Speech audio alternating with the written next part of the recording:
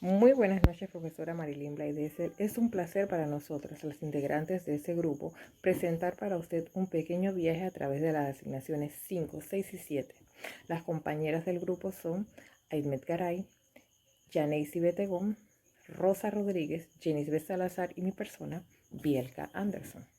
Como primer punto tenemos los hechos acaecidos durante la educación medieval y la nuestra en Panamá, durante la época de la colonia, España y Colombia. La educación medieval. En la Edad Media se impartía inicialmente en las escuelas de los monasterios y se concentraba exclusivamente en aquellos que iban a formar parte del clero. En la Edad Media, un altísimo porcentaje de la población era analfabeta. Las personas que sabían leer y escribir eran clérigos, es decir, los hombres sabios letrados con estudios eclesiásticos, aunque no fuesen religiosos. Los alumnos repetían lo que tenían que aprender hasta que lo memorizaban. Muchos de ellos no sabían ni leer ni escribir, aún así aprendían de memoria los conceptos básicos y con ello era suficiente. La educación panameña durante la época de la colonia en España y Colombia. El peor estancamiento de nuestra historia educativa se registra en este periodo, como consecuencia de las intestinas luchas por la conquista del poder político que tuvieron sus orígenes en Colombia y que repercutieron desfavorablemente en la vida ismeña. Colegio del Istmo o Panamá, elevado a categoría de universidad. La primera institución educativa cuya programación respondía más o menos a los deseos de una institución educativa, fundamentada en los verdaderos intereses nacionales de la época. En 1837, la Cámara Provincial de Panamá crea una escuela primaria para niñas de 6 a 12 años de edad. En el plan de estudios se establecían las siguientes materias: doctrina cristiana, costura, bordados, ortografía, caligrafía, gramática, castellana, historia y geografía. Tomás Moro nace en Londres en 1478 y muere en 1535. Político y humanista inglés, precedente de la pequeña nobleza, estudió en la Universidad de Oxford y accedió a la corte inglesa en calidad de jurista.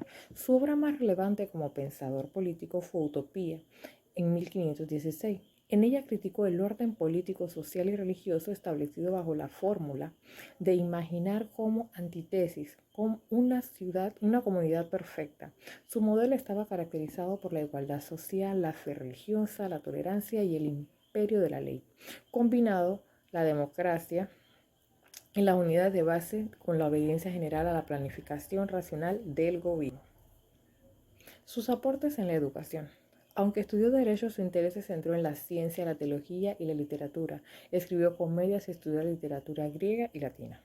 En 1499 decidió hacerse monje en la congregación de los cartujanos. 4 años más tarde, Moro abandonó esta idea e ingresó al Parlamento. Su obra más importante y por la que es conocido es Utopía, de 1516, una sátira política sobre la vida en una isla ficticia. En esta isla los intereses de los individuos están subordinados a los de la sociedad como conjunto. Es una comunidad que establece la propiedad común de los bienes. Se practica la enseñanza universal y la tolerancia religiosa y la tierra pertenece a todos. Con esta obra Moro pretendía abrir los ojos al pueblo a los males sociales y políticos de la época. Octavio Méndez Pereira, precursor de la creación de la Universidad de Panamá, la cual fue su primer rector y cuyo campus lleva su nombre. Como ministro de Educación fundó las primeras escuelas nocturnas que existieron en el país, reorganizó la escuela profesional y prohibió la enseñanza religiosa en las escuelas públicas. En su carrera diplomática fue ministro plenipotenciario en Chile, Francia y Gran Bretaña. Representó a su país en la Sociedad de Naciones y la Organización de Naciones Unidas en 1946, presidente de la Academia Panameña de la Historia y miembro fundador de la Academia de la Lengua. Podemos mencionar también los precursores de la nueva escuela. La escuela activa o nueva escuela surge a finales del siglo XIX, hasta después de la Segunda Guerra Mundial. Las primeras escuelas nuevas aparecieron en Inglaterra, Francia, Alemania, Bélgica, Suiza e Italia. La escuela nueva concibe el aprendizaje respetando las diferencias individuales y la personalidad de cada uno. con actividades relacionadas con la vida real. Los niños son estimulados a aprender partiendo de sus intereses y necesidades. El aprendizaje surge de la actividad, de la necesidad y curiosidad. La escuela nueva propone y desarrolla métodos diversos a partir del interés educativo, de la actividad, del respeto a la individualidad. Con ustedes mi compañera Yaneisi Betegún.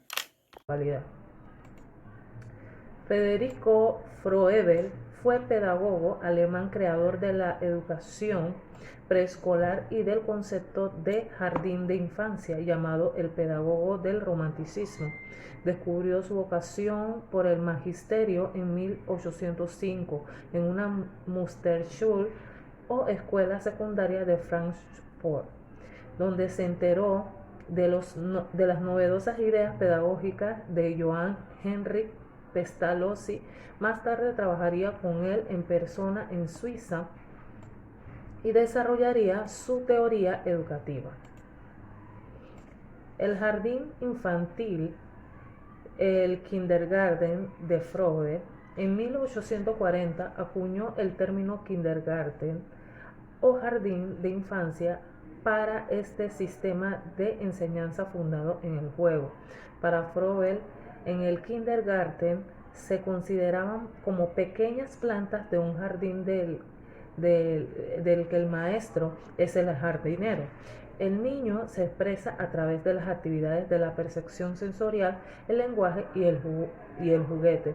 El lenguaje oral se asocia con la naturaleza y la vida. Las actividades en su jardín de infancia incluían cantar, bailar, jardinería, jugar y autodirigirse con los dones de Froebel. Ovide de Crowley fue un pedagogo psicológico, médico y docente belga. Se educó en un medio abierto y con la influencia de una sensibilidad por la búsqueda científica gracias a su padre. Se diplomó en medicina en la Facultad de Medicina de Bruselas en el año 1897 y viajó a Berlín, París, donde continuó estudios de neurología y de psiquiatría. En 1907 creó en Inceles la institución Escuela para la Vida mediante la Vida, donde aplicó los métodos y materiales anteriormente experimentados con niños que él llamaba irregulares, esta vez con niños de inteligencia normal. Esta escuela estuvo dedicada en un principio solo al ciclo elemental, pero después se fue ampliando para constituirse también como escuela maternal, secundaria, elemental y superior. Alfredo Adler fue un médico psicoterapeuta austriaco, fundador de la escuela conocida como psicología individual. Fue un colaborador de Sigmund Freud y cofundador de su grupo, pero se apartó de él en 1911 al dirigir sobre distintos puntos de la teoría psicoanalítica. El nombre de Adler va unido habitualmente al de Sigmund Freud y al desarrollar de la psicología. Creó su propio sistema psicoanalítico que se basa en la importancia de las compensaciones. Cuando algo no nos satisface, tendemos a compensarlo, compensamos los complejos que tenemos. Y también tenemos el método de Alfred Adler. ¿Qué teoría utilizó Alfred Adler? La psicología individual de Alfred Adler es una teoría psicológica que, aparte de sus puestos psicoanalíticos, pero que más tarde se centra en el individuo y la capacidad que éste posee para poder progresar. ¿Cuál es el método psicoanálisis? Método psicoanalítico, según Freud, lo asocian libre era la regla fundamental del psicoanálisis. Se trata de una técnica que consiste en que el paciente exprese durante las sesiones de terapia todas sus ideas, emociones, pensamientos e imágenes tal y como se le presenta, sin restricción ni ordenamientos. Buenas noches, profesora. Mi nombre es Rosa Rodríguez y tengo el placer de hablar sobre el psicólogo constructivista Jean Piaget. Jean Piaget realizó estudios sobre el desarrollo intelectual y cognitivo del niño. Se licenció y doctoró en biología en la Universidad de su ciudad natal. A partir de 1919 inició su trabajo en instituciones psicológicas de Zúrich y París. Comenzó a desarrollar su teoría sobre la naturaleza del conocimiento. Vamos a hablarle un poco sobre la teoría del desarrollo cognitivo. La teoría de Piaget fue la precursora del estudio del desarrollo cognitivo y consideró como el producto de los esfuerzos del niño por actuar en su entorno. Los niños están motivados para explorar las cosas y entenderlas. Según él, los niños participan de modo activo para comprender el mundo. Para Piaget, el desarrollo cognitivo era una reorganización progresiva de los procesos mentales resultante de la maduración biológica y la experiencia ambiental. Vamos a explicar las 4 estadios del desarrollo cognitivo. La primera es la etapa sensoriomotora, fase que dura del nacimiento hasta aproximadamente los 2 años de edad, donde los niños aprenden sobre sí mismos y el mundo por medio de actividades sensoriales como por ejemplo la observación, la exploración, la degustación, y motoras, por ejemplo los movimientos, el gateo, el caminar. En esta etapa los bebés construyen progresivamente el conocimiento y la comprensión del mundo, coordinando experiencias a partir de interacciones físicas como objetos como agarrar, chupar y caminar. La segunda etapa que le vamos a hablar es la etapa preoperacional, fase en la niñez temprana de 2 a 7 años aproximadamente, en la cual, de acuerdo con Piaget, no se está preparado para realizar operaciones mentales que exigen pensamientos lógicos. Al observar secuencias de juego, Piaget pudo demostrar la segunda etapa de su teoría, la etapa preoperativa. Vamos a hablar sobre la etapa operativa concreta, fase que abarca desde los 7 años a los 11 años. Durante esta etapa, el pensamiento de los niños es más flexible. La etapa operativa concreta es la tercera etapa de la teoría del desarrollo cognitivo de Piaget. En esta etapa que sigue a la etapa preoperatoria ocurre entre los 7 y los 11 años, por decir entre la niñez media y la preadolescencia. Se caracteriza por el uso adecuado de la lógica. Durante esta etapa los procesos de pensamiento de un niño se vuelven más maduros y parecidos a lo de un adulto. Y vamos con la última etapa, que es la etapa operacional formal. Esta etapa comprende a partir de los 11 años hasta la adultez. Los adolescentes entran al nivel superior del desarrollo cognitivo, son capaces de pensar en forma lógica y abstracta. Ya pueden manejar la información de modo nuevo y flexible. La etapa final se conoce como etapa operativo formal. La inteligencia se demuestra mediante el uso lógico de símbolos relacionados con los conceptos abstractos. Muchas gracias. Buenas tardes, profesora. Mi nombre es Aimee Garay y tengo el gusto de hablarles sobre María Montessori. María Montessori era una pedagoga italiana que renovó la enseñanza desarrollando un método el cual tuvo una primera aplicación en las escuelas primarias en Italia. De ahí fue extendida por todo el mundo. Aporte. María Montessori, a lo largo de su vida, abrió colegios en muchos países, como Italia, España, India y Holanda. En esto pudo comprobar cómo los niños eran capaces de asimilar con gran facilidad los diferentes códigos lingüísticos. Pedagogía marxista. Marx, en el siglo XIX, fundó en base de sus observaciones de la sociedad laboral y su cultura dentro de un régimen capitalista imperialista, comenzó a formar nuevas ideas ideológicas. Fundamento filosófico. La filosofía ha sido la madre fecundísima que ha dado a luz a otras muchas disciplinas con diferentes autores, pero siempre ha estado de acuerdo con el arte de educar. A continuación, la compañera Salazar. Muy buenas tardes, compañeros, profesora. Mi nombre es Jenisbeth Salazar y en esta ocasión hablaremos acerca de los diferentes fundamentos. El primer fundamento que vamos a tocar es el fundamento epistemológico.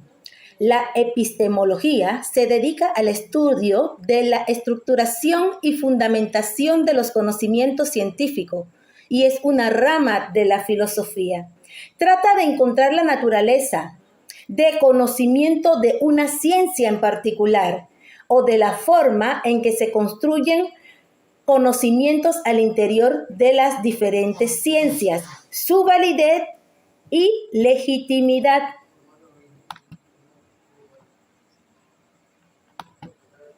Fundamentos socioantropológicos, también denominada Introducción a la Antropología Social y Filosófica. Esta asignatura tiene como objetivo estudiar a la persona y la vida social tal cual como ha sido conceptualizado por la antropología filosófica y por la teoría sociológica.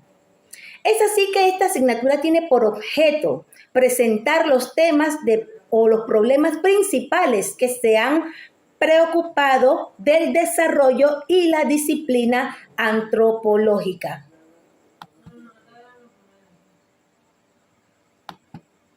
Fundamentos biológicos. Los fundamentos biológicos de la educación son entendidos como aquellos postulados teóricos que explican de manera coherente el sustento biológico que subyace de la esencia viviente y cognoscente de los sujetos principantes, por ejemplo, el ser humano. Fundamentos psicológicos. ¿Qué son los fundamentos psicológicos en la educación? La psicología educativa está basada en la capacidad del individuo de pensar, sentir y llevar a cabo acciones y además estudia los cambios debido a la maduración, tomando en cuenta las variables psicológicas del sujeto y el contexto. El estudio de la psicología en la educación. La psicología educativa es el campo de la psicología que se encarga del estudio y el aprendizaje del ser humano. Se encarga también de los métodos para que logren desarrollar las habilidades cognitivas. En otras palabras, es el estudio del cómo aprendemos y enseñamos y cómo aumentar la efectividad de ese proceso. Fundamentos pedagógicos. Son los conocimientos que se construyen con base a la práctica. Da cuenta de procesos de interacción individuo, sociedad, cultura, determinando la mirada sobre sí mismo como sujeto y sobre el mundo. Los estudiantes identifican desde la epistemología cómo conocen y cómo las predicciones e interpretaciones que hacen influyen en sus construcciones conceptuales. Principios pedagógicos. El conocimiento se construye a partir de la enseñanza. El aprendizaje es una interpretación personal del mundo. El aprendizaje es un proceso activo en el cual el significado se desarrolla sobre la base de la experiencia. El crecimiento conceptual está integrado por la negociación de significado. El aprendizaje debe colocarse sobre acuerdos realistas. La prueba debe integrarse con las tareas y no con actividades separadas. Muchas gracias.